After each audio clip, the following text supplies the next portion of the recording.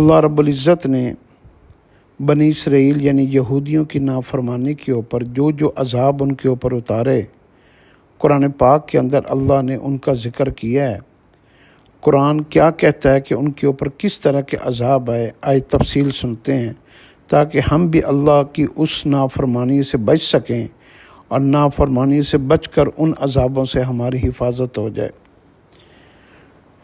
قرآن کہتا ہے کہ انہیں بندر و خنزیر بنا دیا گیا،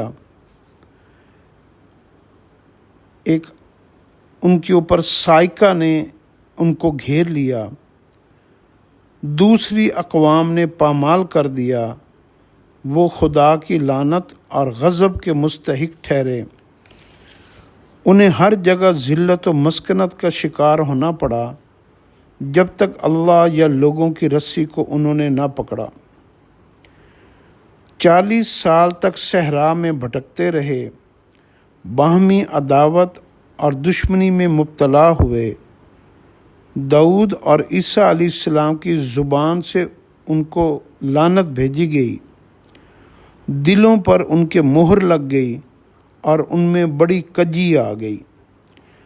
پہاڑ ان پر گرنے لگے، آسمانی آفات نازل ہوئیں، ان کے لیے ناخن والا جانور اور چربی حرام کر دی گئی۔ ان کے ظلم کی وجہ سے ان پر بعض حلال چیزیں حرام کر دی گئیں۔ اللہ تعالیٰ نے ان سے کہا کہ تم 2 دفعہ زمین میں فساد و سرکشی کرو گے، اور دونوں بار ہمارے طاقتور بندے تمہارے ملک پر چڑھ دوڑیں گے۔ اس کے بعد بھی اگر تم نے اسی غلطی کا اعادہ کیا تو پھر یہی سزا ملے گی۔